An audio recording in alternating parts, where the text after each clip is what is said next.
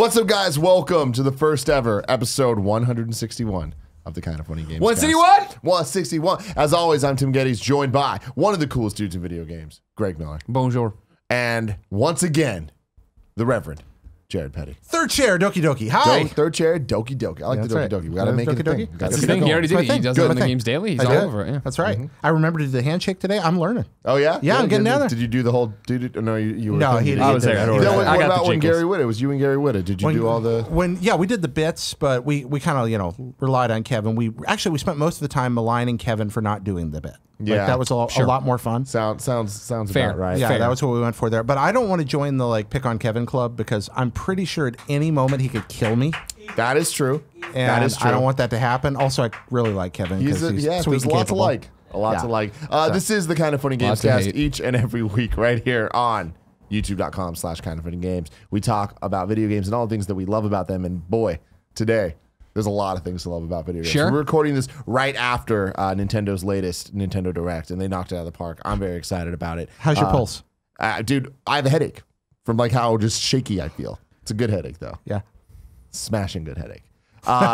You can get the show early by going to patreon.com/kindoffunnygames. You can watch it live for just $1, like so many of you are doing right now. We appreciate you very much. Or you can get a little bit later when it goes up as a VOD on Fridays on patreon.com/kindoffunnygames. Or you can wait until the following Monday on youtube.com/kindoffunnygames and podcast services, including Spotify, all over the world.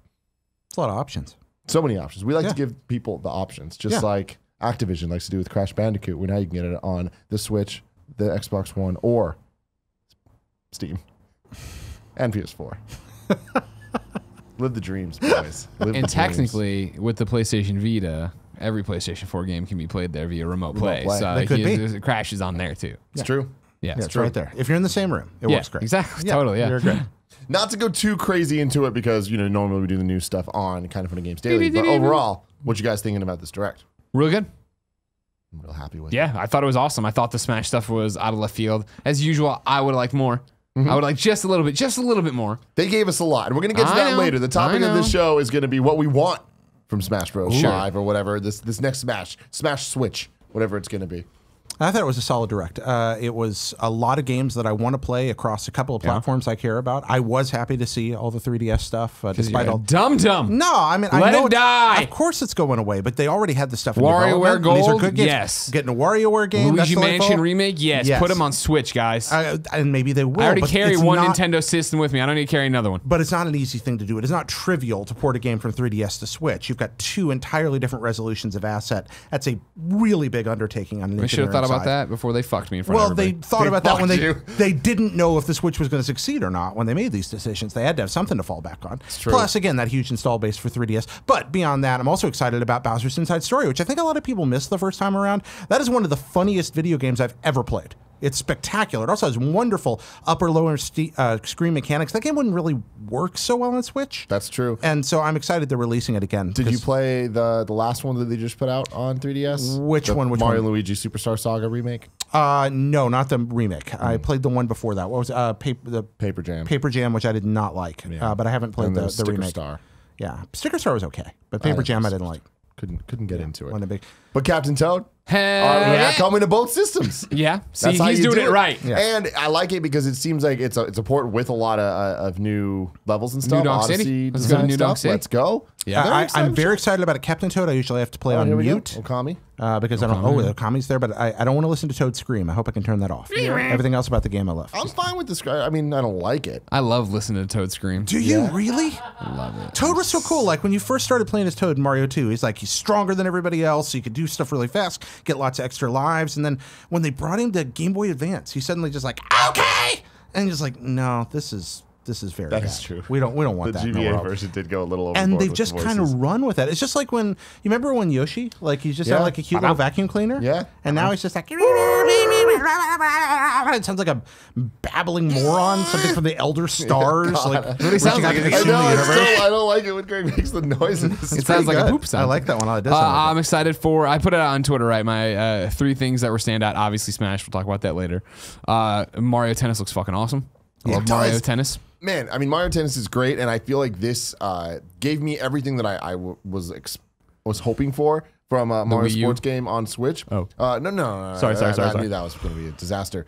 But I like that it's like, hey, we're going to have a bunch of fun, different mechanics that are going to make this an interesting game that's not just tennis. Yep. But also, there's this, you can simplify it, and it is classic tennis if you want the Fox only Final Destination version. Yeah, you saw a lot of nods to some of the stuff that Windjammers did in that, for example. The fact that we've been playing Pong since the early 1970s and it's still fun. It's kind of cool. But you've got some Virtua Tennis in there. You've got some Windjammers in there. You've got the wonderful Mario Sports feel to it. Well, that's what's exciting to me is the look of it and graphically, just the style. It reminds me of Strikers, which is the best Mario Sports title by far. Mario Strikers is beautiful. And it has such a fun identity of them being more like angry at each other, and it's just like it's way more competitive feeling than the more like happy-go-lucky. Well, there's a lot of classic strategy Mario to we've it, seen. right? That's the thing that looks awesome. There's a lot of skill to it in terms of, I mean, it's always been what kind of shot, where to use it, but this aiming thing, breaking rackets, how to recharge your ability meter, it's like, okay, cool. Yeah, a whole bunch of different ways to approach the game. I actually liked the motion controls for the Switch on there. I think that's going to be useful. The ability to put something just in that one place. People are going to get high-level play where they figure out like that spot's almost impossible to cover, and then there'll be counters. I think there's going to be room for a lot of high-level play on this. It reminded me of Mario Sports Mix a little bit, but a more refined version of it, which is another really good Mario Sports game. I heard it was not that great. It's okay, but what I'm seeing here is something that looks much more refined than that, and it seems to have that same kind of somewhere between Strikers and what you got in the other titles, a kind of a whimsical, serious feel that I really like. I also Chain Chomp. I don't care what the stats saw are. Dry Bones. There was the Dry Bones tease, and that's good enough. That's all I need. But I mean, Chain Chomp having the racket in his mouth was pretty adorable. You know what I mean? I thought it would just be floating next to him, but no, it's in his mouth. I'm all about that. Yeah. Then of course, Sushi Strikers. Yeah, so that was kind of a surprise to me because we knew it was coming to 3DS, and I didn't expect it to also make to Switch. And I think that's a very wise call for Nintendo to do because they need those kind of smaller titles to fill out their range of options. Yeah. Where it's not just the very small indies and it's not the big stuff. There's also room for these like eShop style games that we saw a lot on the Wii U. Yeah. And they obviously didn't get the audience that they deserved. But there was that other thing like the Dylan's Rolling Western game. People love those games, but being trapped in the 3DS's eShop, I don't think did many favors. Sure. Kind of 1.5A universe there. Yeah. The sushi looks cool though. The sushi looked real cool. Yeah. No, I love Kaiten restaurants. I love sushi. I love those little plates, and I love the mechanic and the idea of just. I like games that it looks like an arcade game. It's frantic and gets faster and faster, and I like that kind of game. It's got me on that Overcooked run. It's got me on Tongues mini game in Pokemon Stadium. I've noticed I'm very yawny. So I need to get need that coffee. Get that injection. Also, going. Little Nightmares is a cool one too because I remember that game when it came out last year. I saw a lot of stuff. I'm like, this looks really rad and really up my alley, and I just missed out on it just because there was a lot of games coming out around then. A lot of people flipped out. I don't know the backstory on that. Is that something that's already been out on PlayStation? It's been on PlayStation, been on PC. I looked forward to Little Nightmares. I was kind of weirded out by the Pac-Man hat. That was weird. I understand it's Bandai Namco, but that seems a little out of place for what's kind of a Tim Burton movie of a game. And it wasn't that. Her little slicker turns into Pac-Man. Yeah, Big deal. It looked a little weird. I don't mind. But when it comes to Amiibo, and there was a lot of Amiibo, so we got giant Detective Pikachu Amiibo. Big old, very weird. And then very weird. He's a big deal. Freaking Solaire Dark Souls Amiibo doing Praise the Sun. Yeah, I love Dark Souls Amiibo. I love that Amiibo's still going strong. Yeah, sure. They're really committing to it, and they're like, I like that they're also, and they've been doing this for a while, but going outside of the Nintendo-owned properties and seeing a Dark Souls one is cool. Yeah, just like seeing Shovel Knight was cool. There's a lot of chances that we'll talk about later for Smash Bros with the Amiibo and how this all goes. So that's exciting. What else was there? What are you looking for? I got the whole list in front of me. Octopath Traveler gets its release date. Octopath Traveler getting an official name. I was just hoping for something more fun. I was hoping for like a moment there, but whatever. I'm fine with Octopath. At this point, they've just waited too long. Yep. It's too synonymous. Everyone loves it. The demo is successful. People are excited about it. Yeah. I'm excited. I'm very excited. We have a release date for it, July 17th. Octopath Traveler is July 13th. July 13th. Lovely. Very exciting. That game is fantastic based on the demo. Did you play it? It's very beautiful. No, I haven't played much of it at all. It's so good. It's so good. I cannot wait for the full game. Crash Bandicoot coming to Switch. That's really cool. July 10th. Exciting got Undertale in there we haven't mentioned. Oh yeah, in this absolutely. And that was delightful. Have any of you guys played that? I did not play Undertale. I started it on Vita, of course. That you could be playing it on the go right now on Vita. Good place to play it. I couldn't get through the intro. I was just like, I am not enjoying this, and I stopped and went on to something else. How far? The first hour, and and a lot of people have said, no, you got to keep going. You got to keep going. I'm like, I just hate that. I just hate it if I don't like it right from the gate. Yeah, not liking it from the get-go is part of the point of the game in this case. Like, it's not just like, oh, you got to be patient. It's literally like that first hour is integral to what happens in the rest of the game, and the fact that it was miserable is kind of part of the point. Okay. So that's why that happens. I hear you. Yeah. No, you're missing one of the best games of the last decade. Like that game is mind-blowingly good. What's so good about it? About Undertale? Yeah, story. The story's a lot of it, but it's also mechanical. It's constantly surprising you. It's got a great story that you have, and your decisions have real and profound effects. But it's also a game about how video games are made. There's a lot of Stanley Parable in its blood. Okay. Getting in there and making you kind of go, whoa, wait a minute, I did that? But it's more involved than Stanley Parable and much less forgiving. Mistakes you make in Undertale, if you haven't played it yet, I don't want to spoil too much. Well, they just matter. Okay. They matter, and they matter in ways they don't matter in any other video game. And I don't know how to tell you more without ruining it. The first ever Jared Petty assignment. Are you giving me an assignment to go play Undertale? Are you telling me I have to? You know what I like? You know how I like games. You know I like stories. It's an essential game. Okay. Yeah, it really is. It's an essential game. Kevin, dust off my Vita. Yeah. Yes, and play it, and then you're going to be like, this okay, and then you're like, this is pretty good, and you're like, okay, and then eventually when it clicks and you figure out what's going on. How many hours is it till it clicks-ish? Depends on what you choose to do. Okay. But you're going to just be like, what? And then it just goes. Okay. I'll do it. I'll go shop. Let me run you oh, yeah. That's pretty exciting. I mean, it's been rumored forever, but for it to actually be confirmed, I feel like that's a big thing with these directs is we hear about a lot of this stuff, and so much of it, especially from the third parties, gets leaked so early that when it's announced, it's not really exciting. But I do think it says a lot for games to be officially confirmed that we know that we're coming. Even with first party last year, a lot of people were like, oh, why are you so excited for Pokemon and Metroid Prime 4? They're just JPEGs. It's like, no, but it's the idea that now we know that they're happening. We know that we're going to get a Mario Maker on Switch, but until they announce it, there's no sense of there's no guarantee. It's like you can assume it will, but now there's a guarantee that we're getting a Metroid Prime 4. Yeah, sure. Yeah, no, South Park was a great game. I think it got a little bit buried last year in terms of the fact, I was super excited for it coming into it, and I think Fractured But Whole was great. I think Stick of Truth is better, and I think it was probably better because we didn't see it coming. Stick of Truth kind of was like, oh, this South Park game from these guys, oh shit, this is great. And then, so like this one you expect to be great, and it was, so it didn't really like set the world on fire, I felt. Fractured But Whole had the misfortune to come out in a year when you had to spend $3,000 on video games to play all the great games that were coming out. Yeah. That was its only crime, was coming out in 2017. But yeah, just to list it all off because we've done so much already. 3DS, WarioWare Gold, Dylan's whatever the fuck, Mario and Luigi's Collection, Detective Pikachu, Luigi Mansion Remake, Switch, Kirby, Okami HD, Sushi Striker, Octopath Traveler, Travis Strikes Again, which this is the first time I've seen something and I was like, all right, I'm interested. This is the first time there's gameplay. Well, yeah, but even before, yes.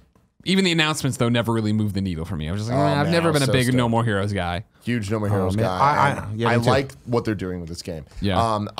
When they were talking a lot about the game in developer conferences and like behind the scenes, closed door shit, and it didn't really sound too interesting to me. Yeah, because it was that confusion of what is going on. Is it a real game? Is it not a game? You have different departments, or what are you talking about? That's Grasshopper. Seems like it's making, but this makes more sense to me. And seeing that, like, there is a third person action game at its core, I'm like, all right, cool. It is a true No More Heroes sequel without being a full sequel, and I think that's going to benefit the game because both 1 and 2 I felt were a little long in the tooth, and it got a little bit samey over time. Yeah. And the mini games in those games were not my favorite, but these seem way more well designed, and it looks fun. Okay. Yeah, I'm really interested in that. Grasshopper Games, I think when Grasshopper Manufacture releases something, wait for the review. Because sometimes it's No More Heroes 2, and sometimes it's Michigan. And you don't know what you're going to get until... I don't even know Michigan. Oh, Michigan's a weird game. It's a horror game. It's a haunted house and a guy with a video camera, and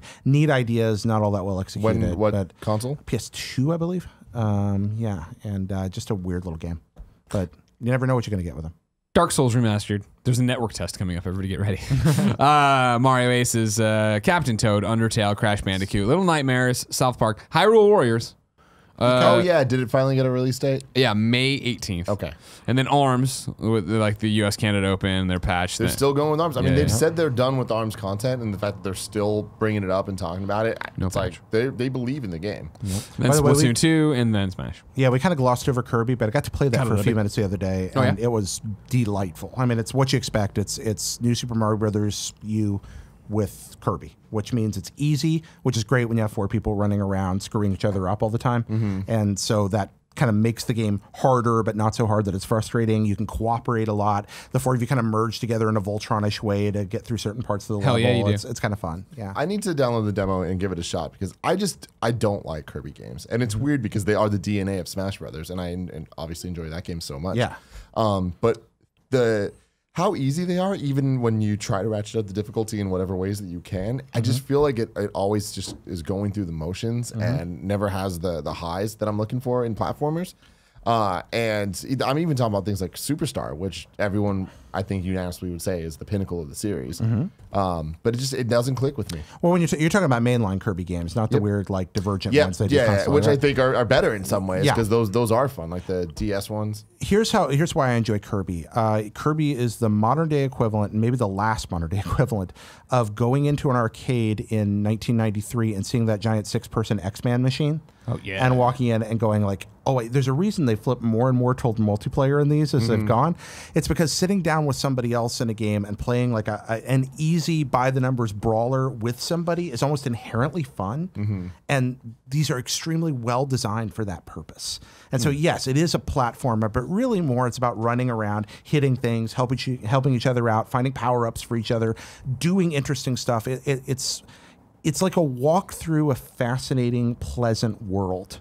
And it's not a challenging platforming series, but it is a great way to play with somebody else. And that's what I really like about Kirby. Its roots were in handheld at a time when technical limitations meant the game had to be short and simple. And they wanted to make something like, hey, kids have Game Boys. Here's this little, at that time, white blob. Yeah. And then it's evolved from there into something very special. But I can completely understand if you're looking for top-tier platforming, you're not going to find it in a Kirby game. Yeah. Yoshi just reminded me something. Didn't get a release date for Yoshi yet. That's interesting. Still not seeing Fire Emblem. I thought that was a guarantee to be seen at this Direct, and that's weird to me because we know it's a 2018 game. We know this is a 2018 game. Sure. And it's interesting that we're finally starting to see what 2018 looks like for the Switch because as soon as a month ago, we were like, oh shit, there's nothing. Like it's looking kind of dire on Switch, and now it's like, oh crap, there's a bunch of release dates. We can kind of see at least through the summer, with more to come later too as well, without actual dates confirmed yet. But it's interesting to me that some of the games they announced first, Yoshi and Fire Emblem, are still out there. Oh, it's not Fire Emblem anymore. It's now Rabbids v Fire Emblem, and that's why. Oh man, I hope not. I would be very, very upset if that Hey was man, the you got case. caught off guard with how much you liked Mario Cross Rabbids, so don't. That's true, but as I was playing it, the whole time I was like, but it's still not Fire Emblem. So. sure, okay, I'll give you that. I'll give you that. Because I loved Mario plus Rabbids, but like, don't fuck with my Fire Emblem. Give me a good Fire Emblem. I want you to fall in love with Fire Emblem, and I think you're gonna fall in love with Fire Emblem.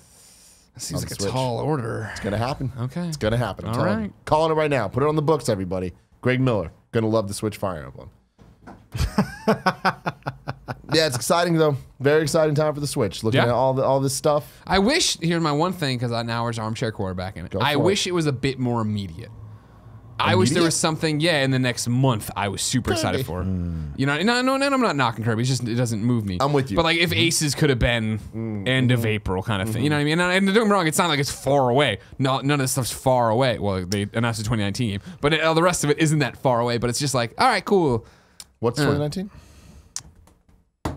One of the games they announced? God, Tim, didn't you just listen to me? I don't think so. Yes. I thought it was very awkward, and I wrote it down for sure. Which one? I'm looking. Hold on.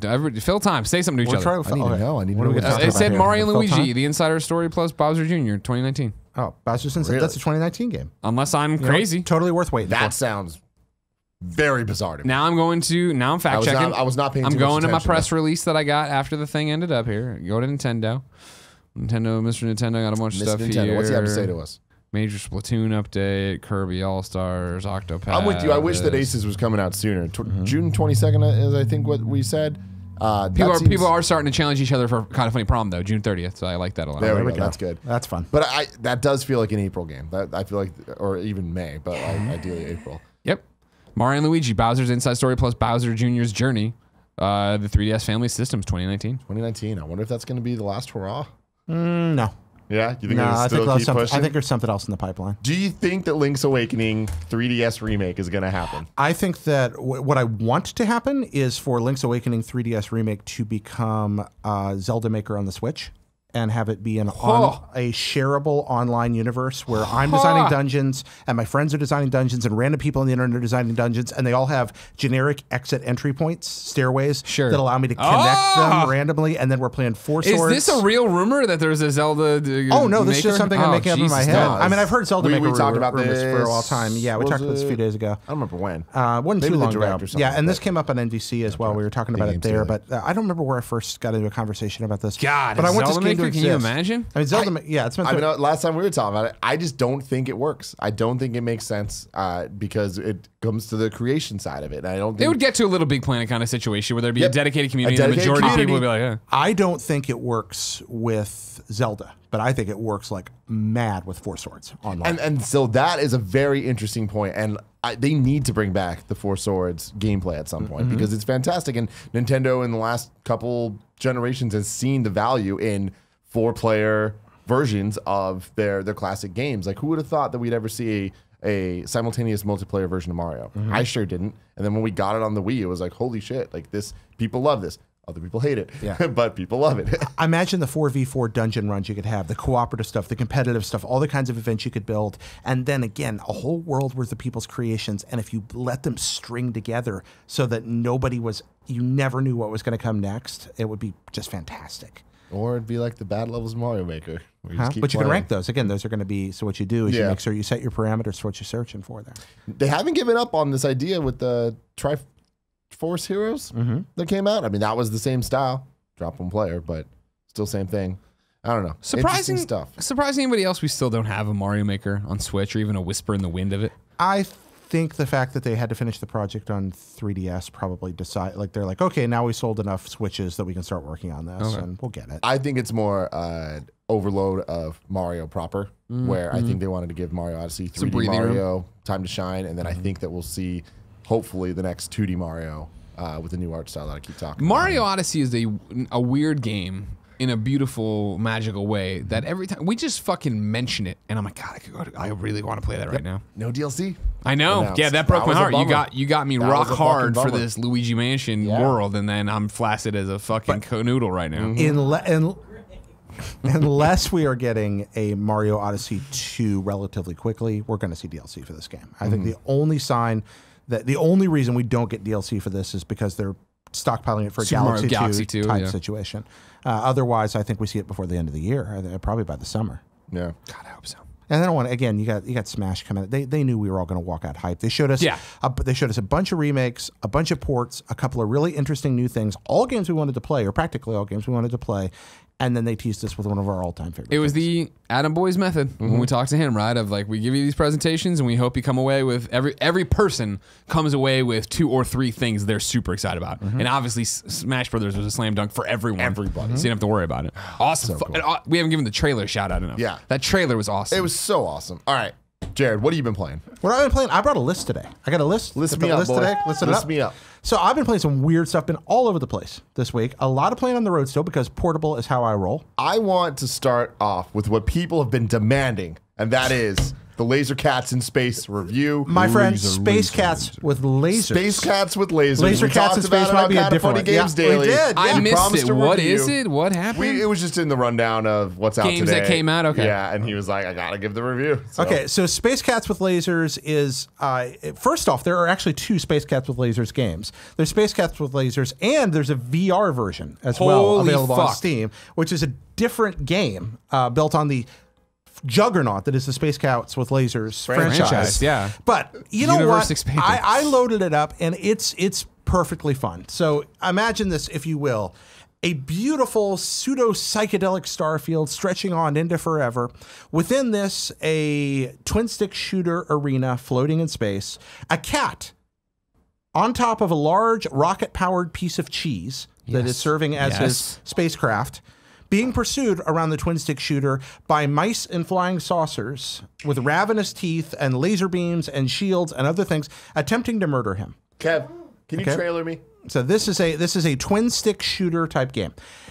It's pretty good. It's Switch game, huh? Yeah, it's not visually impressive particularly, and it's not like stunningly innovative, but it's all right. The thing I like most about it is that your shots have a reload on them. So you're playing an arcade-style twin-stick shooter, but you're constantly having to reload. So you do have to ration your firepower and then time for those reloads. And you have boosts to get away, but again, you have to time your boosts. So you find yourself getting surrounded by mice, and you're constantly trying to spin. There's some of the yarn balls in space. You're constantly trying to get away from this stuff. But yeah, you're battling these and firing. But you see how he's not firing constantly? It's because you have to be fairly conservative with your shots. Kind of Funny Life 3. Yep. Yeah. Then between each one of these stages, you have the ability to power up based on how well you've done. You buy power-ups, get new abilities. You also unlock power-ups as you battle the mice. And yeah, there you go. Space Cats with Lasers. There's one on a burrito. That's a cat on a box. That's a cat on a burrito. Yeah, and of course you can customize your cats when you get little coins in the game. Sure. Use those to buy little hats for your cats and other things like that. It is completely fine. I like a good arcade twin-stick shooter, and I had some fun playing this. It is not a lock of the week by any stretch of the word, but it is a competently put together, fun twin-stick shooter. Space Cats with Lasers. Yeah, I gotta like that. How's the VR work?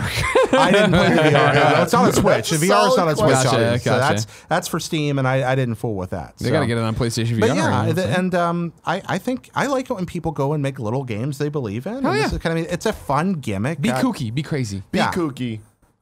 Be you. So be. I just want. I made a game with zombies in it to be backward compatible until I get that. Then said. Remember, did you play that on the Xbox? Sorry, which one? I made a game with zombies in it. No. Oh, did you ever play that? It was $1. Was this one of the indie things? Yeah, like what do they call it? Actually Xbox Live Indies, I believe. Was it Xbox Live Arcade? Yeah, XBLA Indies or whatever. Anyway, this was a guy's like.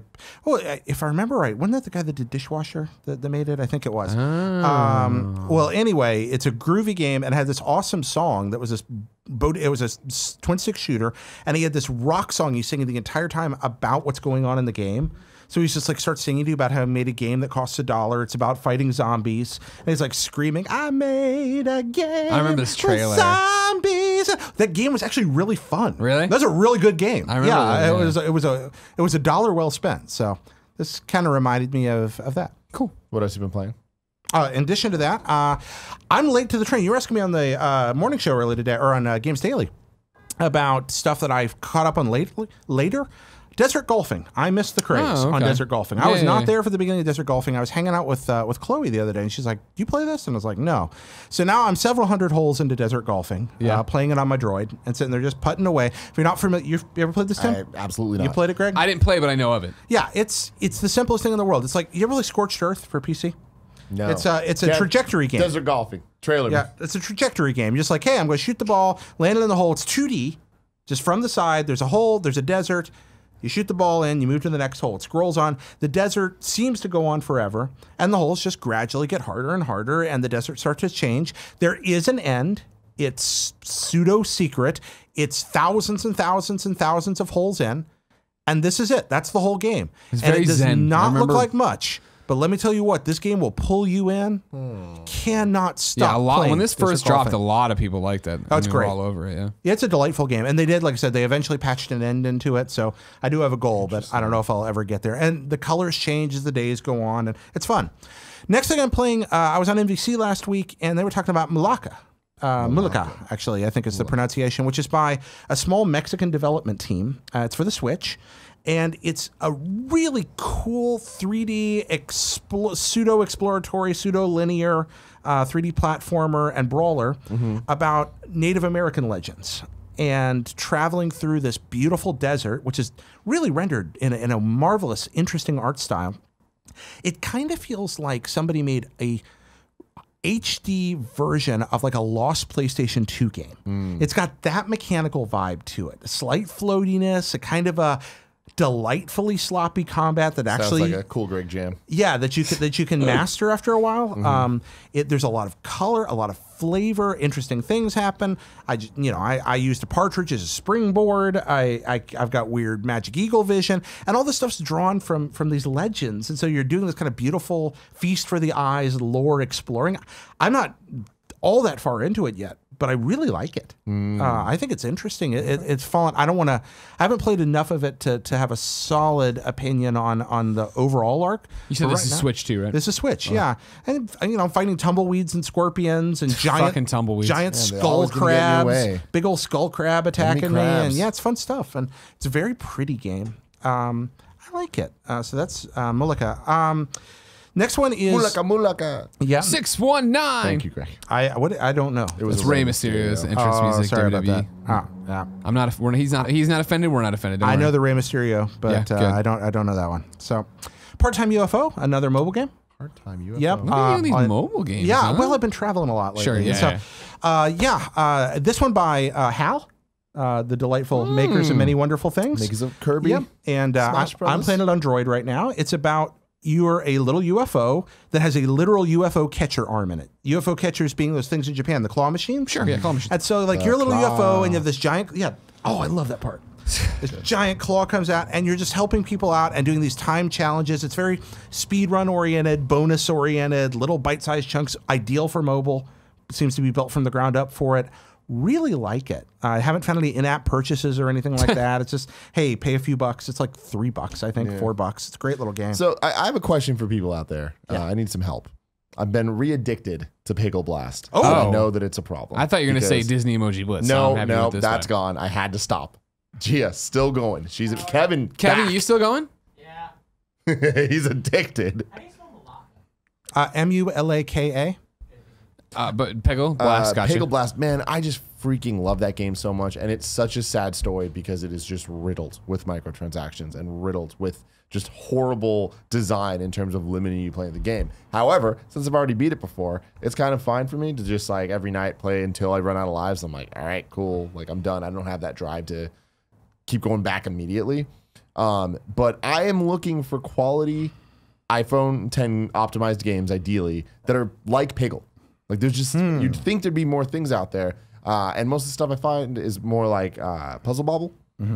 And I'm looking more There's a lot for, of Puzzle there's a Bobble lot of clones Puzzle out Bobble there. type things. Yeah. I'm not looking for that. I'm looking for Pagel. Since I don't play a lot of that particular kind of puzzle game, I'm not going to be a lot of help for you. And here comes the I used to work for Electronic Arts and still own stock disclaimer because we're yeah. about to Peggle. You and that's personally fine. fucked up Pagel Blast. So You money hungry motherfucker. I haven't sold that stock yet. Getting close. But Sell it. what's that? Sell it. Well, it's wonderful stock. Anyway, we'll move on from there. But yeah, so that. But I feel like I have to disclose that ethically whenever we bring something like this up. Where the fuck's Pagel 2? Why is it not on mobile? That doesn't make any sense. Doesn't make any goddamn sense. That's all I'm saying. Peggle was a movement for a while, and it's just kind of just done. And it's so good. Just And done. Blast was the best version if it wasn't the worst version. Sure. And that's just Sure, the worst sure, thing sure, because sure, the game is so good and it's vertical instead of horizontal, which just it fits the ball going down so much better because the puzzle designs just they fit that right. And it sucks. I don't have a lot to help you with on the puzzle stuff because that's not really the kind of mobile game I play. Let me know. Comments below if you have any suggestions. What else you got? Part-time UFO though, good for you. You should go Okay. grab that. It's a fun game. Still grinding through Celeste and yeah, enjoying you that. are. Go What back chapter every you now on? and then. Getting your berries? I'm getting right up there to the well, actually at this point we got some B-side stuff to fool with. So Okay. that's what we're doing now. But just going back, I'm playing through New Super Mario Brothers U with Angie. Very And nice. what are you finding? Are you finding that it is actually quite underrated and some of the level design is the best in the series? So New Super Mario Brothers Wii, I played through with Angie, cleared every stage, cleared all the bonus stages, got every coin, finished all the World 9s, all the rest of that. Love that game. Absolutely love that game. This one with the touchpad stuff, it's just superb. It's an amazing game. It's a brilliant video game. I saw Jeremy's list saying it was one of the very best ones, and I'm not going to argue with him. He rated it the best Mario game. And Yeah, I his think list always interesting. that I enjoy going them. back to it. That game is ridiculously well designed. Honestly, I really enjoyed the Wii one as well, so I'm going back and forth. But what it allows you to do with the touchpad and the ways that can be used cooperatively. It is more fun for me at this point to play with the pad than it is for me to play as one of the characters. You're a monster, but it sounds like a monster, but what that enables you to do, the number of options they built in, and how it's practically every time the screen scrolls, there's something on that screen that you may never see if you play traditional style, Yeah. but it's absolutely in there to be exploited by the touchpad person. That game is just, and yet you never notice because it's also a seamlessly beautiful multiplayer Mario game. You make a game that's fun with one player, a game that's fun with two players, a game that's fun with four players, and a game that's fun in an entirely different mode with 5 players using all the same levels. That is an engineering mega feat. So pretty superb. I want to give a shout out to Jeremy Parrish's list that he's been doing on Kotaku. I Or don't know where. Polygon. How do It's I one read of them, but I those can't two. remember where they are. You can search him. He's done one for Mario. He's done one for Final Fantasy. He's done one for Metal Gear Solid. And they are very interesting lists to go through and see his reasoning for why he ranks things where. Because they're always controversial, but he stands by what he's saying. And it feels clickbaity, but when you read through, it's like, oh, there's some real reasoning behind it. And he's a very smart guy, and I enjoy them quite a bit. Jeremy's the best. He's absolutely spectacular. The next one is I've started the Switch version of Joe Dever's Lone Wolf, which is an RPG based on a world created by a guy that used to write choose your own adventure books, but you use dice to play them Dungeons and Dragons style. Okay. And when I was a kid, I used to play this. I used to read these books and play them a lot. The guy died recently, but he was working on this game. The Switch port, unfortunately, so far seems to suffer from some pretty bad loading times, but it is well laid out, and it's kind of done like a storybook. That's the whole metaphor for the game. It's a really interesting game. I'm not ready to give a verdict yet, but I do love the tagline for the game. The old tagline was the book where you are the hero. Like that was the thing.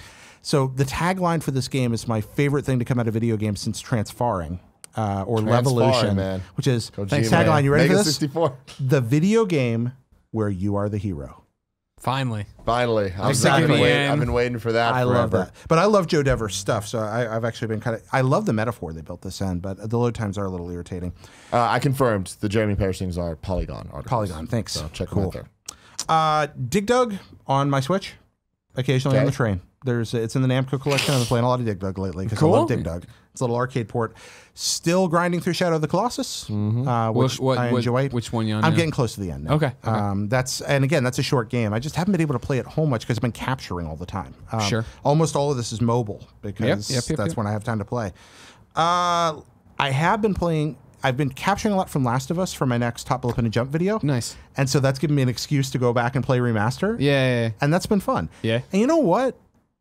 Turn it on easy and just play Remaster now. Really? Like, if you've played through it before, Oh, yeah. no reason to grind through those stealth sections Well, trophies.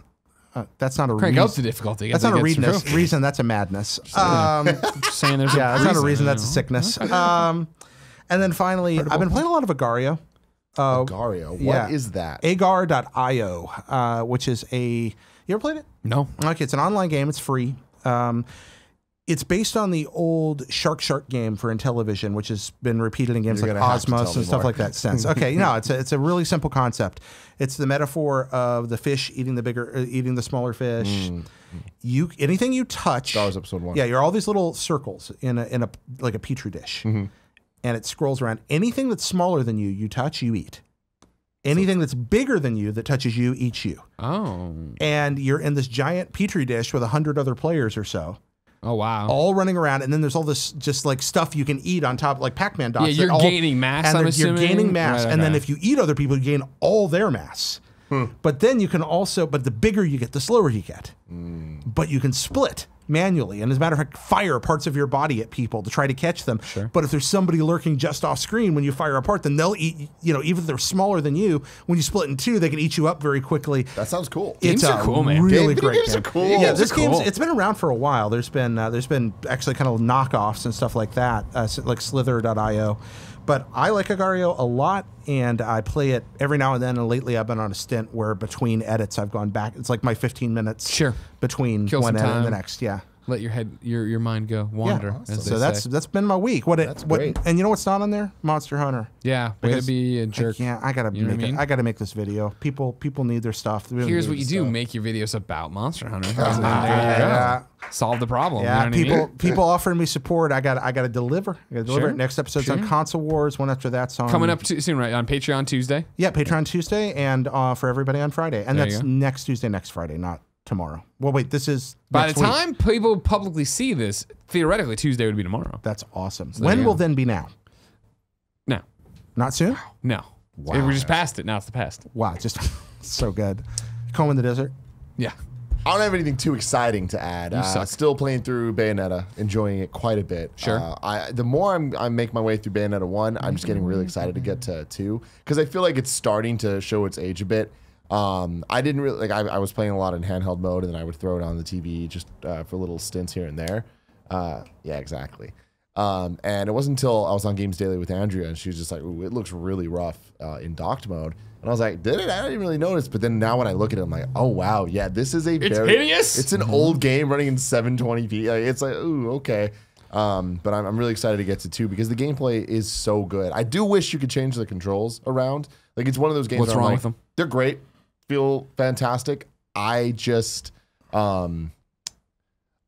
I want the option to customize to my will. Okay. It's like the certain games that I've played afterwards, I'm like, oh, I kind of like having this there or whatever when it comes to the triggers of just like the dodge is on the right trigger. I would have preferred it on the left trigger.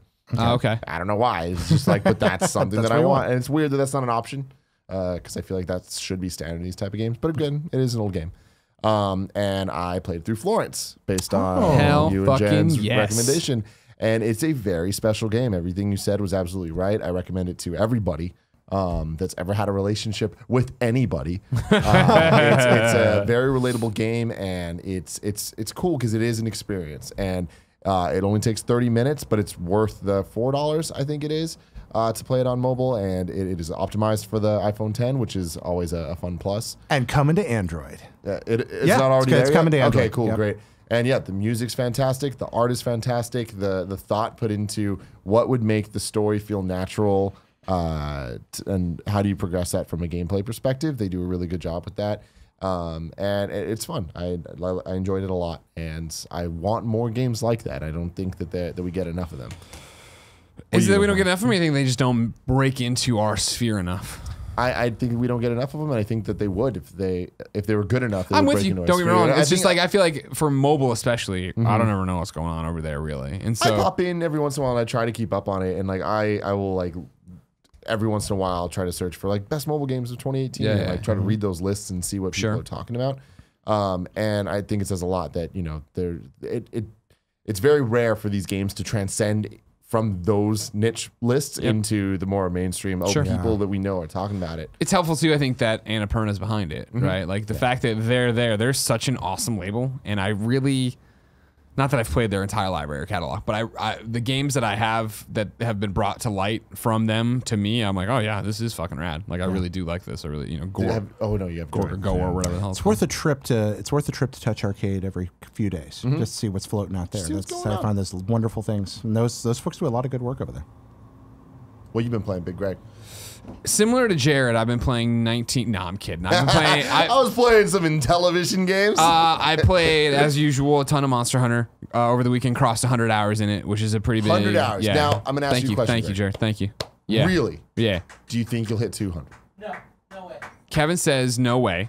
When I tweeted out after hitting 100, I said, "Here's to 100 or more." And Jen looked at that tweet. And she's like, "There's not a chance in hell you play another 200 hours." Are you giving me a deadline to hit 200 hours? No. Then yes, I'll hit it. You I really will think hit it. Yeah, you're because gonna keep coming back to this game. he cackles like the Wicked Witch over there. You know what I mean? Monster Hunter games being what they are, I would not at all be surprised to see you eventually hit You 400 figure tomorrow hours. we're playing with Cisco. I'm putting in another 4 hours right there. And now, don't get me wrong, I'm not saying that pushes me to 200. But I'm saying I feel like there's going to be more and more moments like that. You know, Jen's going to Wine Country on Saturday. She's going to pop on and play, probably. Maybe I'll play something else. Maybe I'll finally get away from it. But there's rumors the next big monster might drop tomorrow. Yeah. Which means, like, fuck, they're doing... on. This Saturday? She's going away this Saturday? Yeah. Paula's working this Saturday. Do you want to just come to my house and use the second TV and we order pizza and we have a good time? That's my band. That's That's my a good man day. right there. That's a good day. But there you go. So I mean, like, it's going to be chip damage like that. And then Wednesday they're announcing there's a stream in Japan this is how down the Monster Hunter rabbit hole I am. Stream in Japan, right? Not to mention it's my job to talk about on Games Daily. About like apparently like maybe what'll be next and what is their like maybe their content roadmap for a little bit. So I do think that, knock on wood here, in the next, I'm being way too ambitious to say next week. Probably in 2 weeks we get Far Cry 5 early for review, and I am very. Did you just go and hurt yourself? I hurt myself a couple days ago on GOG. Yeah. Oh. And I haven't been the same. How'd you hurt yourself on GOG? We were talking about roller coasters, and I was talking about old wooden ones and how rickety they are. Oh, yeah. He like And I threw himself shook around. my neck around, and and I also still have a headache from how hyped I am about And Smash Nick has Brothers. shingles. So yeah, I think Far Cry will be the thing that super distracts me. I am to the point now where I do feel guilty. I need to play other things. And I did. I made sure I played through. I woke up this morning early, made coffee, and played through the farewell episode of Life is Strange, which I'll talk about in a second. Okay. But I do think I'll hit 200 hours in Monster Hunter. I don't think it's going to be at the clip I hit 100. I think that I'm going to play for a while more, and then Far Cry's going to come, and I'm going to get distracted, and then other stuff's going to start coming. I gotta say, dude, Far Cry. I mean, everybody knows my thoughts on the franchise, and it's not really like my type of game traditionally. Seeing the party mode that you guys did, like little bits of it, I'm like, I gotta give this game a shot. It looks freaking cool. Patreon.com/kindoffunnygames right now. For $1, you can get party mode early. And remember, I keep saying this lately. I just want to make sure we'll drive this point home enough, because some people are like, oh, wait. Like, the $1 gets you everything at the dollar level for the entire month. So it's not like you're paying $1 for just this video. I digress, though. Great video. It'll be up for everybody. YouTube.com/kindoffunnygames on Wednesday. Yeah. It was so much fun, and that was co-op. It was me and Andy doing co-op, and I guess I've played Far Cry. Yeah, since no, last that's month. something. You take for granted all the games we play for Let's Plays and party modes. Yeah, So let's just finish Monster Hunter. Monster Hunter's great. I can't wait for what comes next. Still playing it like a mad person. I do feel like I will be breaking up my time more. Apparently not Saturday, because Kevin's awesome and I'm awesome. Played Far Cry 5 with Andy. I've played it single player before. Went to Ubisoft a while back and played it. The capture didn't work, so we never put up a Let's Play in December. But I enjoyed what I played, and I was excited for it. Wanted to do co-op. They brought it by. Andy and I did co-op for this party mode, and it was what I wanted it to be. It was a total blast. It was a ton of fun. I'm concerned to an extent of how co-op works, in the way that it works the right way of you're playing, Tim. I join your game. That turns off your guns for hire, then I'm like your person. We run through, we play, I get loot or skins or whatever, money, it all is mine, the XP's mine, I can put it into my trees or whatever. But then I go back to my game, and even if we completed story missions, I have to redo those. Which isn't the worst thing in the world, but if I feel like there's going to be people who want to play this whole thing co-op with their partner or their friend, and it is going to be, okay, cool. Well, technically, I've hit level cap or whatever on your game, and I don't have that in my. Maybe it won't be as bad as it feels like it might be. Maybe it will be more of a. Maybe the way of the drop in and drop out seems like it's going to work. It does seem a little bit more like Kevin and I plan Monster Hunter or plan PUBG. This seems like it could be way easier. Kevin's playing. I'll just pop into his game and fuck around, say hi, and do some stuff and shoot some stuff and get out. Or I'm having trouble taking down this base. Let's go do it together stuff. It was fun though, regardless. It was great Let's Play content because we were doing story missions, right? But we're not listening to them. We're running around to it. It is the same thing of, let's get in the car and drive off the cliff, and then these things came over and now it's on fire, and it's Far Cry. It's gorgeous. The game is still gorgeous, I feel. The weapons are great. I'm super stoked to play more of it, and that is right now why I'm like, when that gets here, Monster Hunter for sure, I'm going to take a time out on it and double down on that. And then, the big thing in terms of something different and new that I've played a substantial amount of was I finished the farewell episode, the bonus episode of Life is Strange Before the Storm. So if you remember, they announced this originally that Life is Strange Before the Storm was going to be 3 episodes. Those are already out. And then they were going to put out this farewell episode that was part of the deluxe edition. There was a whole trophy hullabaloo about it, and they fixed that. So this has no trophies, Jared, which I know is upsetting to you. I can live. Okay, good. It's about an hour long. And of course, it can go longer if you want to explore more. It could go quicker, I'm sure, if you don't want to explore more. And as with everything that's happened with Before the Storm, no business being as good as it is. Yeah. It was great. And and I started in very much like, hey, geez, we just keep resetting these characters further back now to make more content out of them or whatever, right?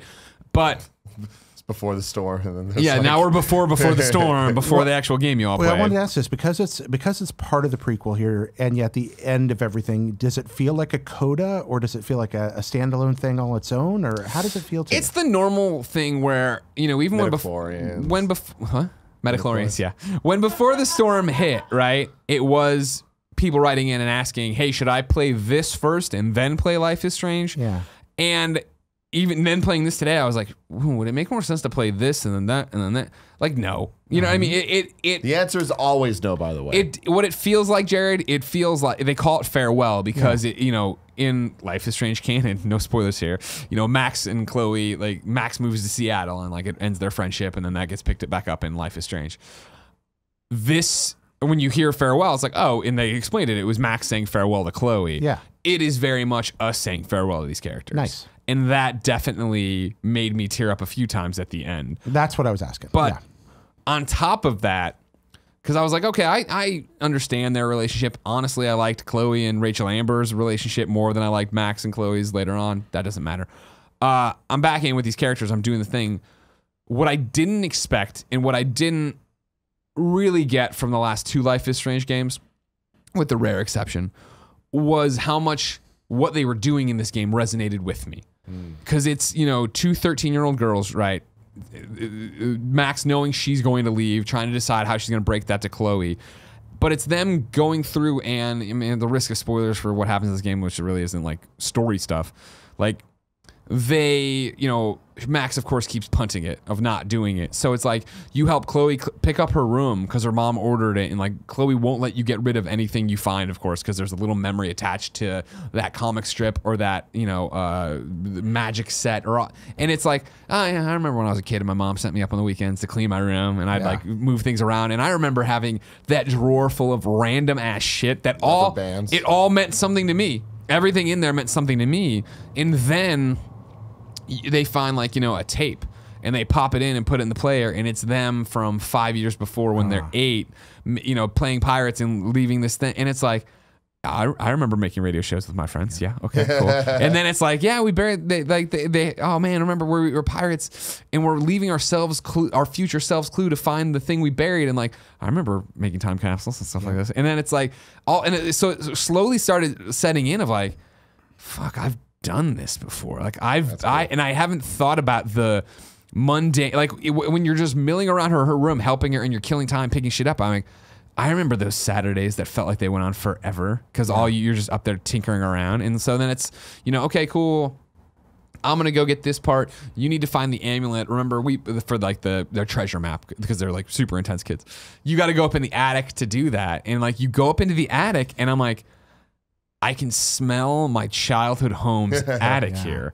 And like this might not resonate so much for people in the Midwest or whoever who have attics now, but as somebody who hasn't had an attic since he was 18 and is now 35, right? Like going up into the attic and having the spider go and like that, and then the other side, the brown paper of the insulation that has like the things written on it, like for that, and it's like, I remember this attic and like the crib that her, Chloe's parents couldn't throw away, and it's like, you're moving all stuff, and there's the Christmas box with all the fucking tentacle of lights coming out, and you're like, I was like, holy fucking shit! Like, wow, they are nailing this in a way I didn't expect. And I'm just spoiling the whole thing, by the way.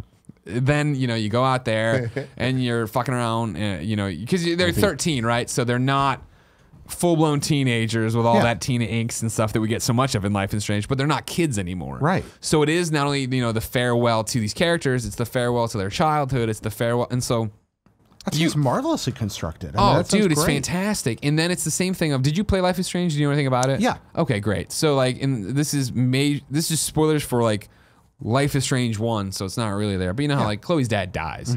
And that, of course, it's really weird for me as a Life is Strange fan in the way that you played Life is Strange, the original game, and it's like, okay, Max is the main character, and everything's revolving around her. Okay. And now we've had Before the Storm, and now Farewell, and it's like, fuck, no, Chloe was the main character of this story the whole time. Yeah. And I don't know when that switch happened, or if it was just Deck 9's influence that make it seem that way, but like, oh man, and Chloe's dad dies or is dead in the first game. You're like, oh man, it'd be cool to reset that for her, or do this, or blah, blah, blah.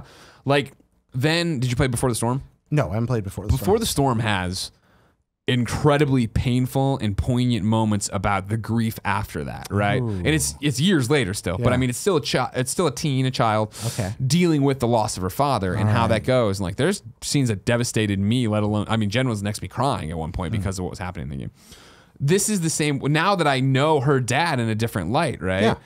You go back there and you're in the pirate ship and you find like they put together. It's funny because they can't remember really what they were doing or how they did it, but they figure the map out. They do it. They dig down to get their treasure and they hit it and they hold the giant thing. They're like, this isn't what we put in there. And they go in and they open it up and they get a tape out and play it, and it's their dad or her dad doing a pirate voice and being like, hey, you guys buried this and I know you forgot, so I put it into this and put in a couple extra goodies and I'm going to protect it. And it's like, oh my God, this guy's such a fucking bomb ass dad, which you knew based on some other stuff, but like now he's a character. Now I care about his past. First off, I'm almost crying listening to this, which is a beautiful story. Second, I'm pretty sure someone at the publisher is crying because you've now told them the entire game. But I mean, it's the journey. It's the you know what I journey. mean? And like I haven't gone into. I love spoilers. I know. No, I never mind spoilers. Well, it's that thing of like, sounds amazing. So many kids have life's wanted. strange. So many kids have wanted. Thank you, Tim. I was wondering where you're going with that. So many kids have wanted the spoiler cast about it. Yeah. And this kind of is. It kind of isn't. Again, this is just it's an episode you owe it to yourself to play if you enjoyed the other Good stuff. story games. I understand we call them walking simulators for convenience because genres are convenient words to have, but good stories are good stories, and that's that. Yeah. And if they're told well in a way that's palatable, then it's good to experience them whether you think you like that kind of game or not. Yeah. This sounds amazing. Yeah, it's again just an hour-long goodbye to these characters and because it seems like they're not going to be back for anything you'd like to see. So I loved it. I thought it was great. And again, started it with low expectations. It's the return of the original voice actors. So Ashley Birch is there. Yeah. She fucking kills it as usual. Max's voice, it's not that I don't like her. I just don't like the direction she was given. And that rings true for Life is Strange 1. Where I was just like, I don't understand why she's delivering lines like this, but that's not the actress's fault. Same thing here, but by the end, I'm back in the groove of who Max is. It's just in the beginning, it's really awkward. I feel the way her pacing and the way delivery. This is actually reminding me of something that happened in my own real life. Sure. And so I'm sitting there kind of like getting chills. Well, that's the thing. They find letters in the time capsule that they buried that the dad then unearthed and then reburied for them in a way that wouldn't get it destroyed. There's letters, from their 8-year-old self, right, to their 13-year-old self, and it's like, I remember writing these. I remember writing these in first grade or whatever, and then like our teacher giving it back to us in whatever grade it was and shit. It's like, fuck. And the finding. Yeah. Sometimes you find things Yeah. that you forgot ever existed. Yeah. Or Yeah. never knew did. It's great. It's cool. It's lovely. Now I want to talk about Super Smash Brothers, Greg. I hope I have a rumor. What's your rumor? An inkling. Okay, I have a An source. inkling. I have a You have source. an inkling? I have a source at Nintendo. Chloe's gonna be in Super Smash Brothers. Oh, There we go. All right, I have an that's the inkling source. that the Inklings are going to be. Hey! Is that your Nintendo uncle? Yeah. This is the topic of the show, brought to you by Patreon producer Tom Bach, doing great things out there. We love you, buddy. Not Tom Mozart. No. Not Tom Rembrandt. Nope. Tom Bach. Sir Thomas Bach is what they call him. Yeah. What I call him. Super Smash Brothers Switch just announced at the Nintendo Direct. Officially 2018. It's been rumored. I've been trying to just pretend that it wasn't real because I couldn't believe that the hype could be this strong. And it was. It's happening. New characters. We're getting the Inklings. We're getting Link in his Breath of the Wild outfit. That's pretty much all we know. Was your face burnt by the light, by the flame of the cross? Right The there. moment that trailer started off, and it was like after that whole Splatoon section that lasted way too long, and that weird expansion DLC that lasted way too long, and then when they're like, well, "There's one more thing," and it was still more Splatoon. It's like I had that feeling in me where I'm like, it has to be Smash. Like there's nothing else this could be. But even then, I still didn't want to admit it. And then when she fucking looked, I'm like, it's gonna be the fire. It's gonna be the fucking fire. And it was in a very dark trailer. Yeah. Like, why did we like, all right, Splatoon, it's gonna go from bright white to just darkness and flame. Well, it's a sense of wonder. It's not so much fear. I mean, she looks fearful for a I second. don't know, but then man. it's more like- Mario and Link in the shadows look like you don't want to find them in an alley. They're gonna fuck you up. But there's kind of an awe to it. And then again, somebody in the ad end could be like, oh, and here's our campaign. We lower the shadows a little more, and you can make out 2 more figures, and 2 more, and 2 more. Well, that and was 2 the thing, more, yeah, you know? right. When they were in front of the logo silhouetted like that. I immediately started trying to look through it afterwards, and people have things up. And you see Metroid back there, or no, I'm sorry, Samus. Everybody calm down. You fake gamer nerd. Put it down. Put the pitchforks down. everybody. Zelda's Sorry. the guy with the sword and the hat. Right? Yeah, exactly. So the thing is, obviously, me being Tim Gettys, I immediately am trying to scrutinize. There was like 10 minutes before we did this show. I'm trying to see what people on the internet are piecing together. Yeah. Looking into the silhouettes, it's almost not helpful. Like you see Donkey Kong, you see Marth, you see a couple of the obvious ones, but otherwise, I saw Doomsday from Injustice. Yeah, exactly. The thing is, it's like there's no like hidden character back there. But No, they don't need to do that. My question for you, Tim. Yes. At the top of this is it Super Smash Brothers Wii U Deluxe, or is it a brand new Smash? Because I would have said dollars to donuts. It's going to be the remaster, whatever you want to call it, repackaged with Inklings. Yeah, sure. Breath of the Wild, where it gets weird or whatever. But then so many people now are saying the logo is different, which means this. They're just calling it Smash. Nintendo did a great job of like giving us something without telling us anything. Yep. There's a lot that goes into this, especially when you know the history of the Smash Brothers franchise and how they've done things in the past. The previous games being directed by Masahiro Sakurai. Every game, he's like, this is my last one. He put out Melee, he's like, I'm done. But then between every game, there's been a side game. Like there was Kirby's Air Ride, there was Kid Icarus Uprising on the 3DS. So this is the one time where it's like, especially after making two games at once, 3DS and Wii U, they were the same game, but there was a lot of different content on both the versions. Whether it was Smash Run or World Tour or whatever, none of them were really that great. But there was unique levels to the 3DS version. There was unique levels in the Wii U version. The characters were all the same, and that's why we lost Ice Climbers. Rest in peace. So there's a lot of questions I have, including, is Sakurai directing this game or not? He very much made it clear that he's off Smash after this one.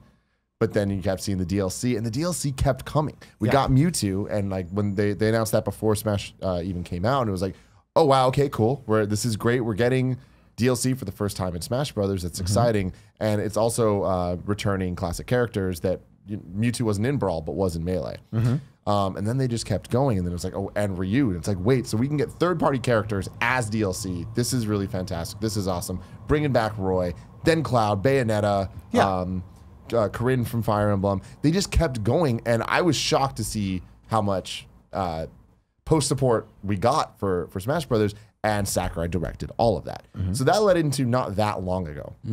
So what does that mean for this game if it's coming out in 2018?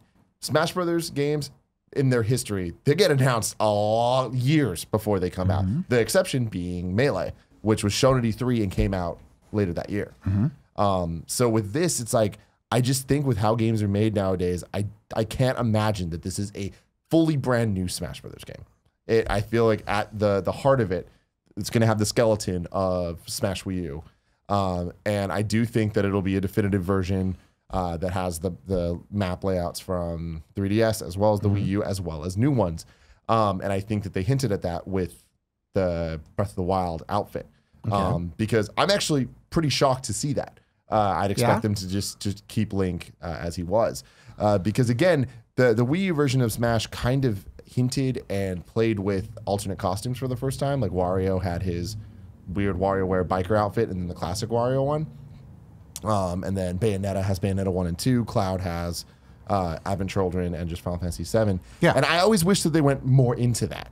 It's like, why not have a Waluigi alt for Luigi? And like, it's interesting with how Smash has treated its clone characters, and like, why does Ganondorf have Captain Falcon's moveset? And they're odd around clone characters with every generation. I get the idea that Sakurai doesn't really like clone characters. He wants to give people unique abilities again. But I'd like to hope it's a full game. I think the timetable would be extremely difficult. It really depends on when they went all in on the Switch in the company. I mean, if there was going to be a Switch, then with these kinds of controllers, they could pop off the side and allow instant 4-player play. And what's one of the first things you saw when you saw the Joy-Con snap off? You're like, okay, yeah, I'm going to be able to play 4-player Smash at a party with this if I want to. I'm also going to be able to play it that way on my TV without buying extra controllers. I'm not going to play with these because I'm a Smash player and I'm going to buy a bunch of Pro controllers. But it's possible, it's available, we could do it.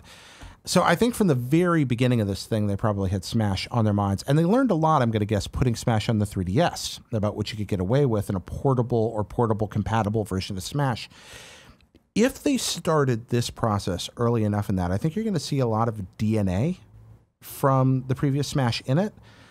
But I wouldn't be tremendously shocked to see wholly original maps in this, or 80% original maps in this. So that's the thing, is that there will be new maps. I mean, like with this, we're gonna get Splatoon, like Inkopolis or whatever, for sure. Yeah. I imagine we'll get some Breath of the Wild inspired stuff. Some audit, like New Dog City's probably gonna be in this yeah, game. exactly. But and them showing new characters is very exciting to me, because we will get more. I don't expect to get too many more. We need to remember that Smash Wii U had a ridiculous roster that was way bigger than anybody anticipated, and with such a little lead time into this one, I don't think we're going to get the same Smash hype cycle that we've gotten. Well, in the again, past. we don't know what that lead time is exactly. We know they were working on DLC characters, but that only was a small portion of the team. The team either went on to work on another game. I'm talking about from now till it's released. Right, okay. I'm talking about the right, but how long has this hype thing of been it going coming on out. behind the scenes? I mean, we've got at least, I imagine this is probably an October, November, December release, right? Whenever Red Dead's not coming out. So the thing is, September really makes the most sense with December. With the online launching with the Nintendo Online. Now that Smash is announced 2018, it's like they'd be silly to not launch it. I don't know. alongside I wonder online. if they'll launch online first and then give online a couple of months to work the kinks out before they launch Smash, so they don't have millions of angry Smash players screaming that online multiplayer is not working, which they know could happen. Interesting. Because when you launch a brand new service like this, my guess is there's going to be an element of grease fire to it for a while there. Why not launch it with something low impact and ramp up, and then have this be your big New Year's for Japan / Christmas for America game, or America and Europe.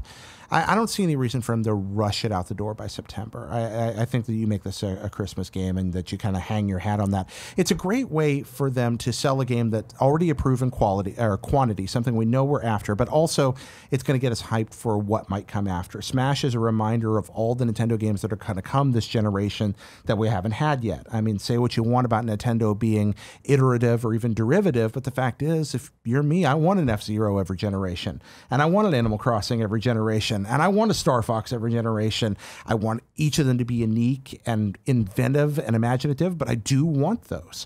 Maybe I'm part of the problem. Smash is the great commercial for that possibility on your platform. We gave you the best Zelda maybe ever. We gave you the best Mario maybe ever. Pokemon, you know we're working on it. Now, ladies and gentlemen, remember everything else we do wonderful? Well, it's all here in this game, and this is what's coming now, and the next year you're going to get that and that and that you love from this game, and the year after that, that and that and that you love. They know that. I think that's probably where they play from. So I think whatever this game is, it's going to be constructed around that idea. Smash is the rarest of rare things. It is a video game that is marketing I welcome.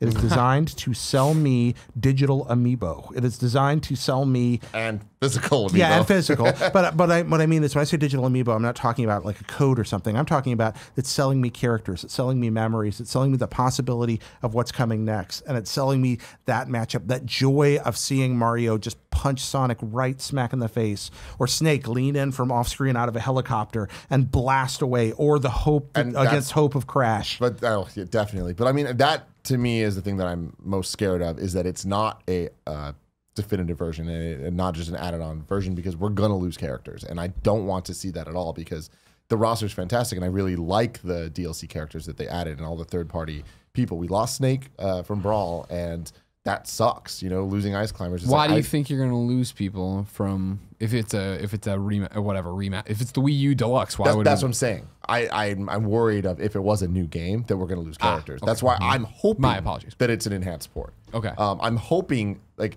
seeing the logo be different is actually kind of shocking to me, because when we first saw it, I said this in the reacts, the watch along that we did.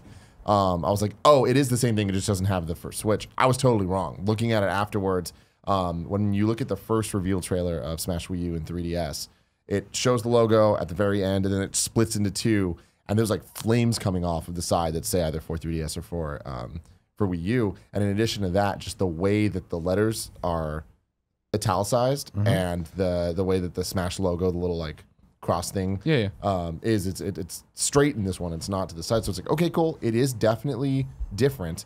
No mention of Bandai Namco anywhere in this trailer. Yeah. And I looked back, and some of the other character reveal trailers in the last one didn't have it either, so it's not necessarily a telltale sign.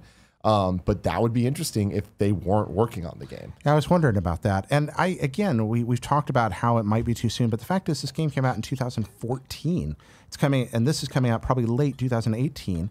We've had 4 years. That is enough time to develop. But the DLC characters didn't stop until end of 2016. Yes, but if you went ahead and started another team to work on the new game, and you just had a DLC division that was working on finishing new characters, introducing a new character to a game is not a small undertaking by a long shot. And especially not in Smash with Sakurai. And that's the one key thing to me where I'm like, I just don't buy it. But if it's not Sakurai, and then there's another team building Smash in tandem. While that one's getting finished up, you're already starting the next one for this weird new handheld. Then this thing could absolutely be an all-original game. I think that it's going to end up being similar to Splatoon 2, where when everyone saw it, they're like, oh, it's not a Splatoon port, but it definitely doesn't look like it deserves the number at the end of the name. But then as the time's gone on, there's been the DLC, there's been all the things that they've added. It's like, okay, cool, this was a worthy sequel. And I think that Smash, I mean, I'm also just hoping that that's the case. Like, I hope that it comes out, has everything that we love from the Wii U version and the 3DS version, so I can put those systems away forever, and that they keep adding to it, and Smash then becomes that platform that it would be so great to be. Will there be a single player? I don't know. Like, will they have a Subspace Emissary type thing like they had in Brawl? That's hard to say. I liked Subspace Emissary. It was not great, but I liked it anyway. What are your thoughts on Subspace? It was what it was. I think they made some bad decisions in terms of why they had so many amazing worlds to borrow from, and enemy designs to use. Why did they go with so many original designs for things? That was a bad call. But seeing the characters team up and all the cinematics and stuff, it was fantastic, and it's something that makes Smash Bros. Special. Let me put it this way: you being you, obviously, this is a game you're going to buy no matter what. But knowing that there's no single player, did that make any difference at all in your purchasing decision for Wii U versus your purchasing decision for Brawl? Not in my purchasing decision. In terms of my overall enjoyment of the game, definitely. There was something very special about Melee, having adventure mode and very well thought out event matches and things that I got every trophy in that game. First game to have trophies. Great. How about this? Oh, wow. Yeah. My apologies. The first game ever to have trophies. Ever to have trophies. Wow, a trophy was never even featured in a video game. You might have thought you saw one in Mario Kart. You didn't. No, okay. So can you get, let me ask you this. If you have to choose, you can get a single player mode in this new one, but you also have to get tripping back. Never. Fuck tripping. All right, worst decision ever made. What the fuck were they thinking with that in Brawl? Hey, man, a variable.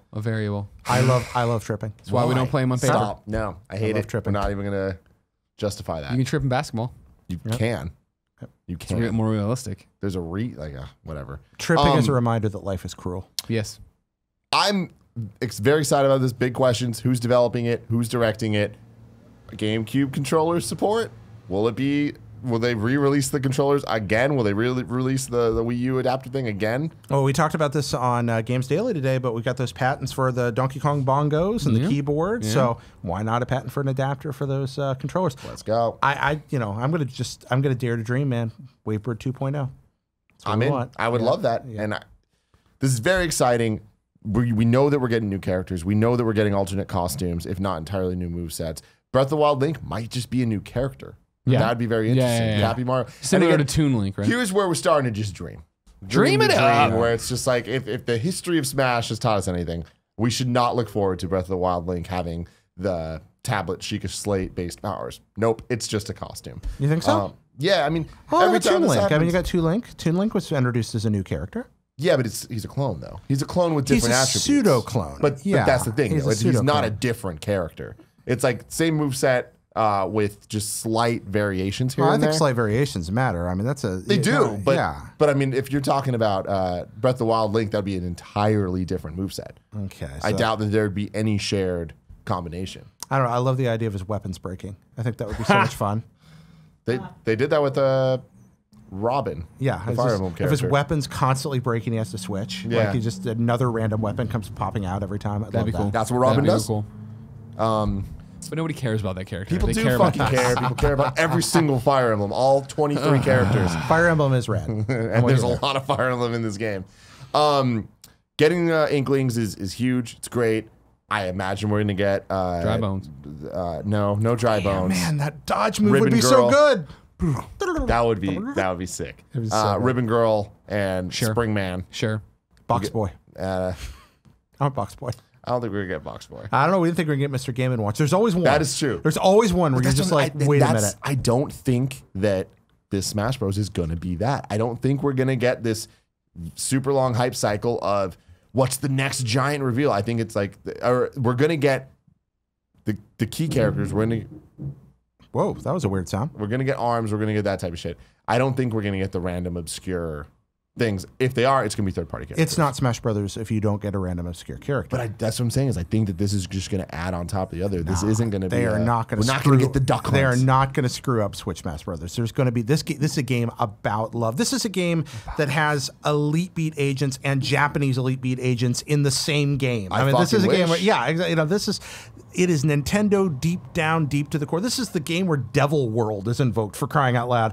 If that's the case, then you don't screw that up. People expect something wonderful. They expect that zany Rob to point up, even if nobody ever plays him. He's in there. Or Mr. Game & Watch, or some of the other weird dark horses that pop up.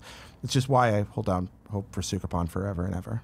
He's their only actual fighting game character. How has he never been in Smash Brothers? Who? Sukapon. From Joy McFight. No?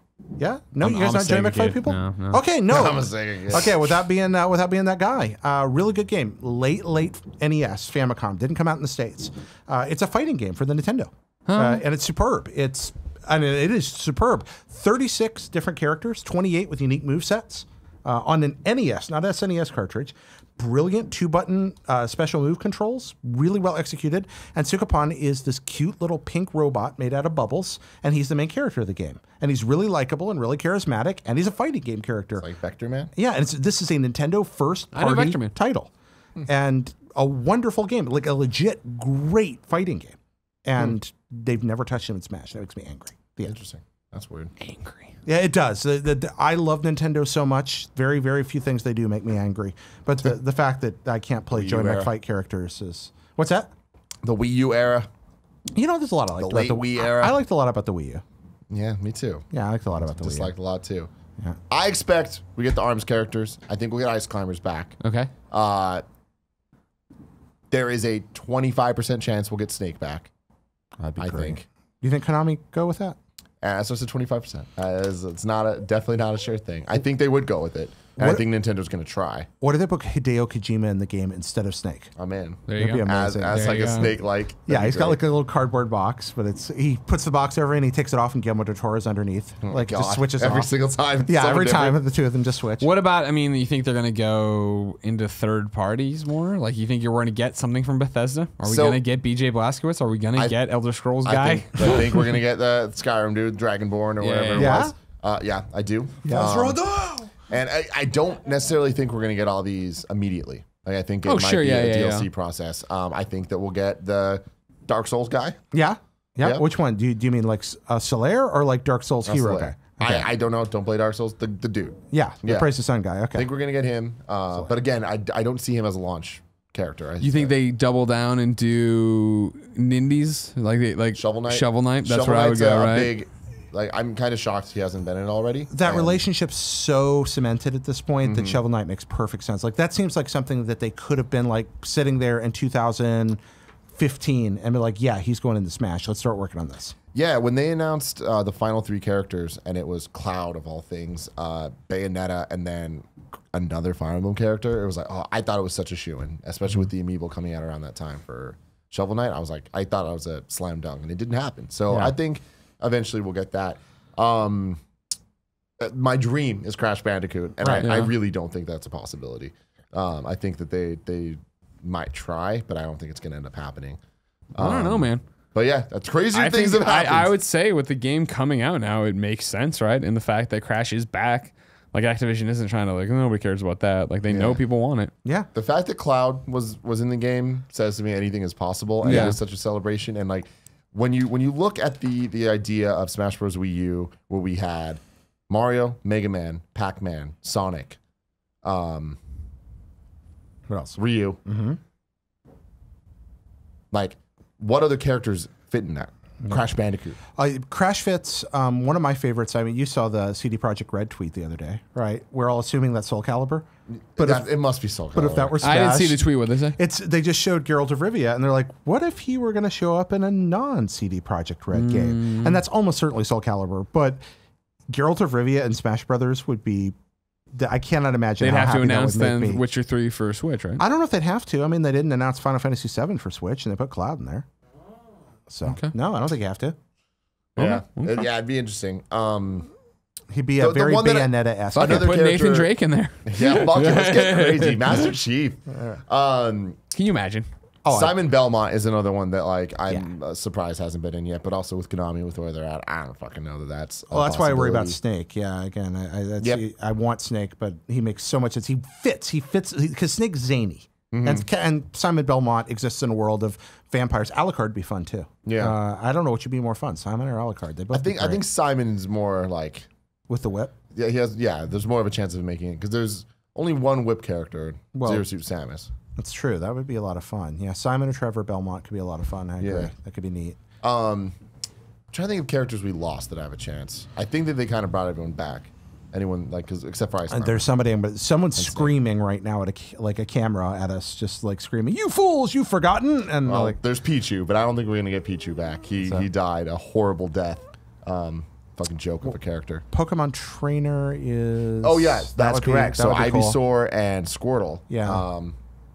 I don't think they're coming Pokemon back Trainer either. was a really cool idea. Yeah, liked and I that a loved lot. it. It was Yeah. weird. I didn't like how they got tired over time, though. I wish that you could just play with them as long as possible. Yeah, as you wanted to. But that was yet another Brawl weird decision they made. Well, they were trying to balance out the fact you had 3 different move sets. I mean, that could be exploited to terrible advantage. So I think that was their effort to curb that. But yeah. besides, if good enough to kill the other guy before that happens. Who would you want, Greg? I mean, dry bones. Come I on, love give Dry me what I want. You know what I mean? No, I've been Blue Tunic Link since '64, and I'm not gonna stop being Blue Tunic Link. So don't worry about it. Well, are you going to be Blue And Tunic Link or are you going to be Breath of the Wild? I'm gonna Tunic be Link? Blue Tunic Link. All right. I appreciate Breath of the Wild Link Do you coming think- over. What if it gets the scrap, man? What if Blue Tunic Link is replaced by Breath of the Wild Link because it's blue? I will be upset, and I'll have to You figure just that out. won't play the game? No, I'm gonna play it. No, they can do anything they want. Yeah. I'm excited, but I don't have like a character I'm pulling for. Snake would be cool, but it was the same thing of like when Snake came, I was like, "Yep, he's gonna be my new main." And then I jumped in, I was like, "I don't understand how to play as him. I'm going back to Blue Tunic Link." Yeah.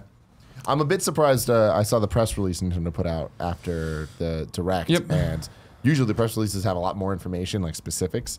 And looking through the Smash Bros. Thing is like one sentence. Yeah. And it's Because they're keeping you teased, man. And they're keeping us And it's teased. and super ambiguous. Super smart, super great. And like I'm that. very excited about it. Let us know in the comments below who you think will be in the next Smash Brothers and what you think it ends up being called. if you're listening- it still says Smash Brothers working title in the press release. Because they'll probably you think they'll put something on it, right? I honestly feel like it's going to end up being called Super Smash Brothers for Switch. And I think that's the best call they can make. I don't think they should call it definitive. I don't think they should call it deluxe. Okay. I do think it should be working on the skeleton. Different Back to Dry menus Bones again. in the style that Mario Kart was, where it's like even though Mario Kart was a port, like a lot of the menus and systems looked different. But they were better, you know? yeah. And I think that we'll see that, and I think that allows it to be a platform and to just be added on for years to come, I hope. Yeah, that'd be awesome. Noctis. Squad up, never roll alone. Noctis would fit really well. Noctis would fit, and I think that eventually Final Fantasy 15 will come to the Switch, whether it's a dumbed down version of the main one or if it's just the chibi pocket edition. That sword teleportation ability fits perfectly. That would be awesome. I'm in. It's a very Switch thing. Or a very Smash thing. I like that. We got another Smash coming, boys. Yeah, it's Let's pretty good. go. Ladies and gentlemen, this has been Kind of Funny Gamescast. Thank you very much for watching. Thank you all for your support on patreon.com/kindoffunnygames or just your support on podcast services or on YouTube. Whatever you do, thank you very much. It's been a great week. Keep the hype train going. Choo-choo, motherfuckers. Until next week, I love you. Hope you enjoyed that. If you did, click here to subscribe to Kind of Funny Games. Click there to subscribe to Kind of Funny. Click there to watch our direct reactions to the Nintendo Direct that happened in March 2018. And click right here for whatever cool guy wants to put there.